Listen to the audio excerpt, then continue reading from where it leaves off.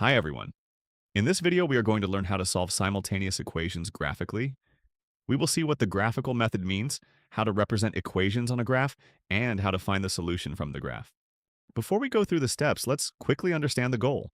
When we solve simultaneous equations, we are looking for values of x and y that satisfy both equations at the same time. In the graphical method, this happens at the point where the two lines meet, so the intersection point represents the solution. Let's start with the steps. First, make y the subject if needed. This means that each equation should be written in the form y equals mx plus c. Then find 2 points for each line. Next, draw both lines on the same graph. After that, read the intersection point. Then write the coordinates as your solution. Finally, check your answer. Let's start with an example. Here we have two equations.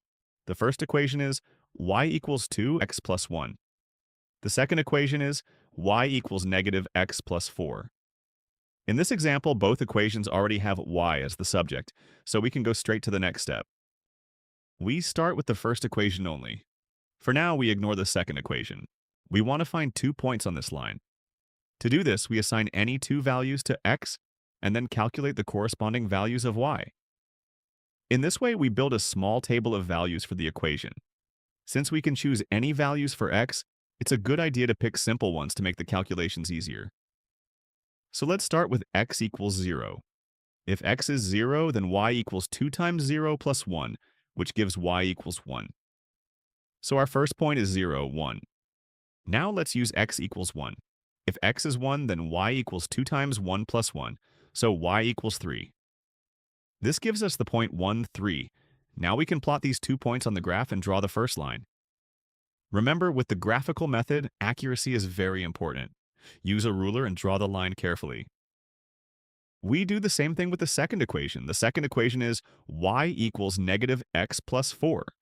Again, we need 2 points. Let's use x equals 0. If x is 0, then y equals negative 0 plus 4. So y equals 4. This gives us the point 0, 4. To find a second point, let's use x equals 2. If x is 2, then y equals negative 2 plus 4. So y equals 2. This gives us the point 2, 2. We plot these 2 points and draw the second line. Once both lines are drawn, we look for the point where they meet. This point is called the intersection point, and this is the solution of the simultaneous equations. In this example, the two lines meet at this point here. To write the solution, we read the coordinates of this point. First, we find the value of x. From the intersection point, we move straight down to the x-axis and read the value. So x equals 1.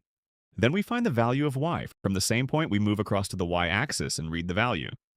So y equals 3. So the solution is x equals 1 and y equals 3. At the beginning, we said that we are looking for values of x and y that satisfy both equations at the same time. So now let's check that this solution works in both equations. We substitute x equals 1 and y equals 3 into each equation. First equation, y equals 2, x plus 1. So we get 3 equals 2 times 1 plus 1. This gives 3 equals 3. So the first equation is satisfied. Second equation, y equals negative x plus 4. So we get 3 equals negative 1 plus 4. This gives 3 equals 3. So the second equation is satisfied too. This means that x equals 1 and y equals 3 is the correct solution. Let's look at a second example. This time we have fractions. The first equation is y equals 1/2 x minus 1. The second equation is y equals negative 1, 6th x plus 1/3. We follow the same steps as before. Let's start with the first equation. We want to find 2 points. So we choose values for x and calculate y. Let's take x equals 0. If x is 0, then y equals negative 1. So the first point is 0, negative 1. For a second point, let's take x equals 2. If x is 2, then y equals 1/2 times 2 minus 1. So y equals 1 minus 1, which is 0. So the second point is 2, 0. We plot these 2 points and draw the first line. Now let's move to the second equation. Again, we find 2 points. Let's take x equals 2. If x is 2, then y equals negative 1/6 times 2 plus 1/3. This gives negative 1/3 plus 1/3, which is 0. So we get the point 2, 0. For another point, let's take x equals -4. If x is -4, then y equals 1. So we get the point -4, 1. Now we plot these 2 points and draw the second line. Once both lines are drawn, we look at where they meet. The intersection point is here. From the graph, we read the solution. X equals 2 and y equals 0. Let's check the solution by substituting x equals 2 and y equals 0 into both equations. From the first equation, we get 0 equals 1 half times 2 minus 1.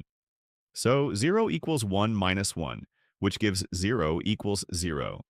So the first equation is satisfied. Now from the second equation, we get 0 equals -1/6 times 2 plus 1/3.